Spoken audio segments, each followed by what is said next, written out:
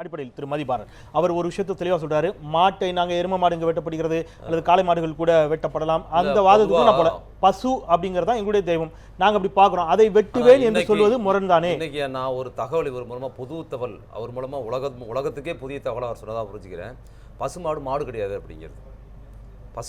பசு வந்து மாடு கிடையாதுங்கிறது எனக்கு புதிய தகவலாக இருக்குது. இது வரைக்கும் தெரியாத ஒரு தகவல். முதல்ல அதுக்கு அவர் சொல்லி அடுத்தது இல்லை, அவர் அப்படி சொல்ல பசுமாட்டை நாங்கள் மாடு வேறு பசு வேறுன்னு அவர் சொன்னார்.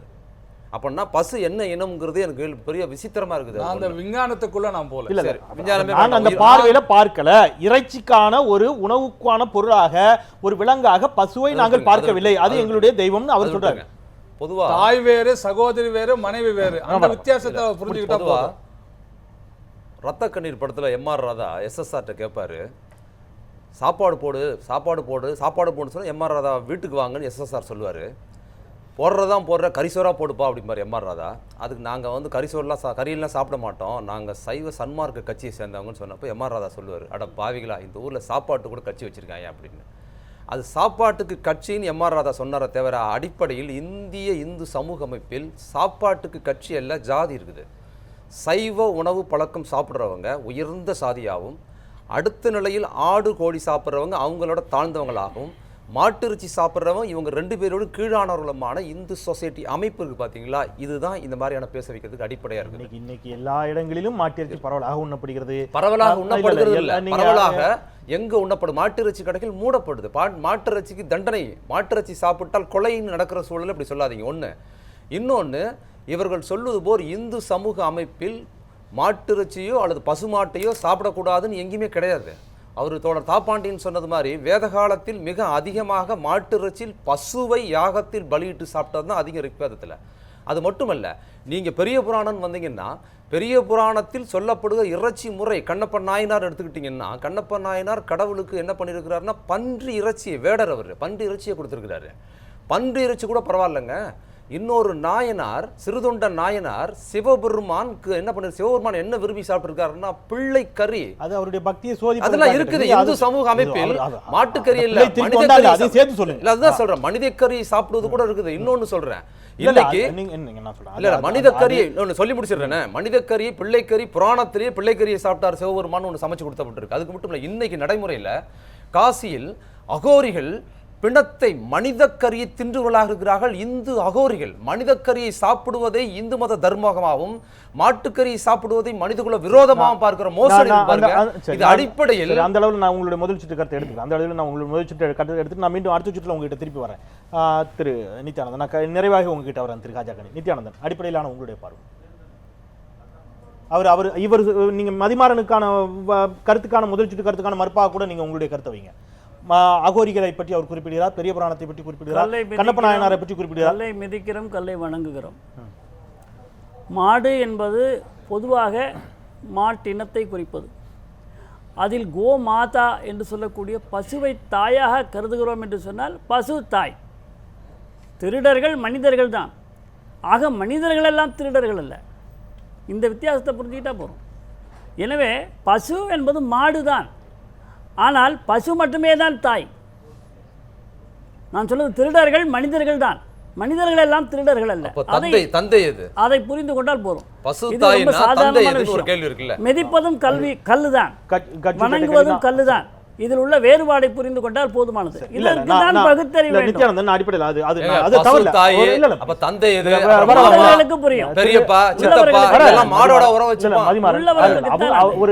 ஒரு அந்த மாதிரியான நம்ம இது நாம் கலப்பு திருமணத்துக்கு பரிசுகள் கொடுக்கிறோம். கலப்பு என்பது மனிதன்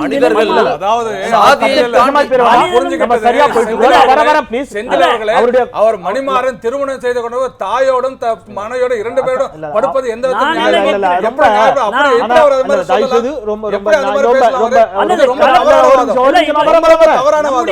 ஒரு விவாதத்தை சரியா எடுத்துக்கணும் நினைக்கிறேன்.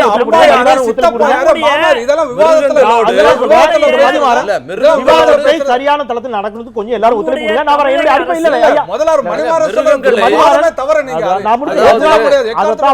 மதிமாறன் கொஞ்சம் ஹெல்ப் பண்ணுங்க. நான் விவாதத்தை அடுத்த மிருகத்தோட தொடர்ச்சி இந்துக்கள் மட்டுமே நரமாவை சாப்பிடுவாங்க, ஆப்பிரிக்கால சாப்பிடுவாங்க. சேர்த்து சொல்றேன், இந்துக்கள் மட்டுமே தனியா சொல்றீங்க. ஒரு நிமிஷம், 4 பேருக்கு சேர்த்து ஒண்ணு சொல்லிடுறேன். நம்முடைய இன்னும் ஒரு சிறப்பு விருந்தினர் இருக்கிறாரு, திரு தாப்பாண்டியன். இந்த வயதிலும் நம்மோடு அவருடைய கருத்துக்களை சொல்வதற்காக காத்திருக்கிறார். அவரை மதிக்கணும், நம்ம பார்க்கக்கூடிய நேர்களை மதிக்கணும். இன்னொரு விருந்தினர் இருக்கிறார். எல்லோருக்கும் சரியான நேரத்தை நான் பகிர்ந்தளிக்கிறேன். நித்யானந்தம், அடிப்படையில் எனக்கு ஒரே ஒரு கேள்வி.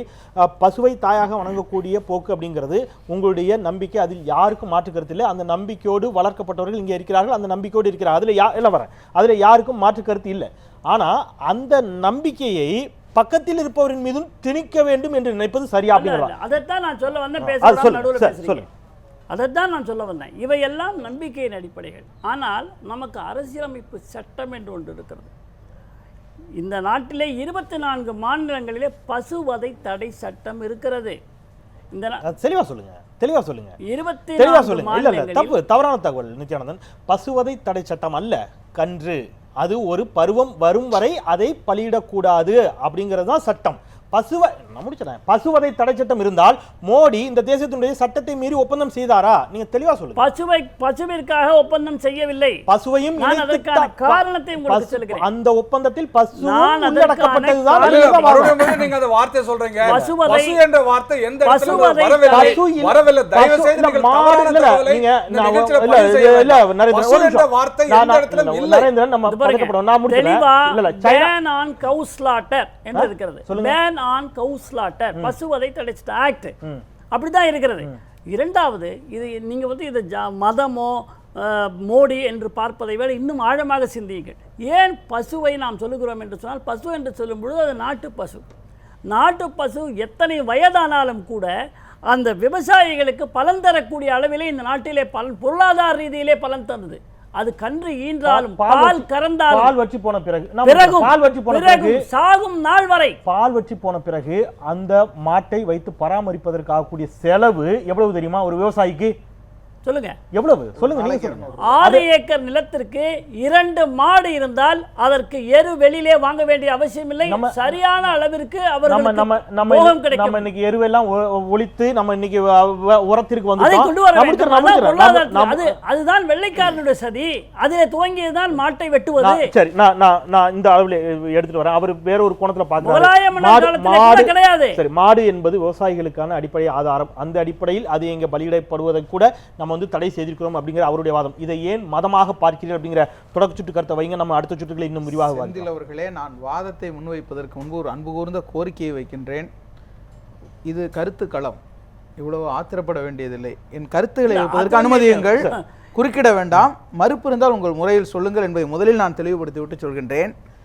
அன்பு சகோதரர் சொன்னார், நரேந்திரன் பசு வேறு மாடு வேறு என்றார்.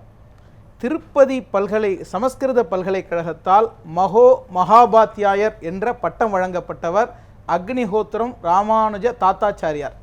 அவர்தான் இந்து மதம் எங்கே போகிறது என்ற அற்புதமான படைப்பை தமிழுக்கு தந்தவர்.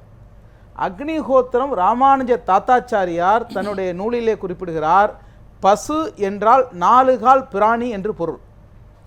பசு என்பது அந்த குறிப்பிட்ட மாட்டை மட்டும் குறிக்காது. பசு என்றாலே 4 கால் பிராணி என்று பொருள் சமஸ்கிருதத்திலே. யாக வேள்வியிலே எதை போட வேண்டும் என்று சொன்னால் பசுவின் தோலை போட வேண்டும், அந்த வேள்வி தீ ஆகுதி எரிவதற்கு. அப்போது அந்த தோலின் அடிப்பாகம் இருக்கிறது அல்லவா, கொழுப்பு செறிந்திருக்கின்ற அடிப்பாகம், அந்த பசுவின் தோலை போடும்போது அடிப்பாகத்தை தான் நீங்கள் வேள்வி தீயில் போட வேண்டும் என்று வேதங்களில் இருப்பதை சுட்டி காட்டியிருக்கிறார்கள். நம்முடைய தோழர்கள்லாம் வேதத்தில் இருக்குதுன்னு சொன்னாங்க. நான் எந்த ஸ்லோகம், எத்தனாவது பாகம், என்ன வரிங்கிறது உட்பட இங்கே நான் குறிப்பெடுத்துட்டு வந்திருக்கிறேன். இதை தந்தவர்கள் கூட பிராமணர்கள் தான், அந்த அறிஞர்கள் தான்.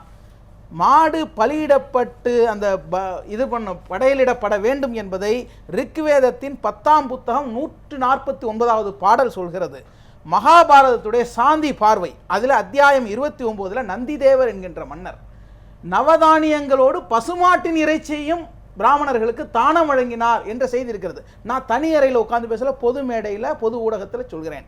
இதெல்லாம் நீங்க மனுஸ்மிருதியில மாட்டிறைச்சி எங்கேயாவது தடை செய்யப்பட்டிருக்க, கொஞ்சம் அனுமதிங்க, ஒரு 5 ஆதாரம் தருகின்றேன். 25, 30 இருக்கிறது, நான் 5 மட்டும் பதிவு செய்கிறேன் இருக்குது.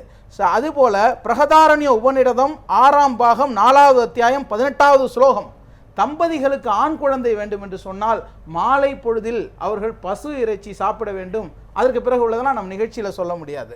அதுபோல ரிக்வேதத்துடைய விவாக சுக்த புத்தகம் அதுல 10ஆம் பிரிவு 85வது பாடல் 13வது அடி, திருமணத்திற்கு வரும் விருந்தினர்களுக்கு நீங்கள் மாட்டிறைச்சி தான் பரிமாற வேண்டும், அதுவே சிறந்ததுங்குது. இப்படி சொல்லிக்கொண்டே வருபவர்கள் மனுஸ்மிருதி அத்தியாயம் 3 பாடல் வரிகள் 266 272 என்ன சொல்கிறது? ஈமச்சடங்கு செய்யக்கூடிய பிராமணர்கள் பசுமாட்டு இறைச்சி சாப்பிட வேண்டும், அப்படி சாப்பிடாதவர்கள் நரகத்திற்கு போவார்கள் என்று சொல்கிறது. அடுத்து ஒன்றே ஒன்று சொல்லிக்கொண்டு, பண்டைய இந்தியாவின் வரலாற்றை ஆய்வு செய்த மிகப்பெரிய வரலாற்று அறிஞர் திரிவேந்திர அவர்கள் புனித பசு என்னும் கட்டுக்கதை என்ற நூலை எழுதியிருக்கிறார். ஹாஜாகனி, நான் ஒரு கேள்வியோட போறேன். இந்து மதத்திலேயே வேதங்களிலேயே இவ்வளவு ஆழமாக பசுவை பற்றி அதனுடைய இறைச்சியை பற்றி குறிப்பிட்டிருக்கின்ற பொழுது மதம் சார்ந்த கண்ணோட்டத்தோடு தான் பாஜகவும் ஆர்எஸ்எஸும் எதிர்க்கிறது அப்படிங்கிற உங்களுடைய வாதமே அங்க முடிஞ்சு போகுதுல்ல? இல்லை, இங்கே பிரச்சனை நீங்க அங்கே சொல்லப்பட்டிருக்கிறது அப்படிங்கறத நீங்க சொல்றீங்க. அப்போ இந்த பசுவதைக்கான உங்க கேள்வியை நான் புரிஞ்சுக்கிட்டேன்.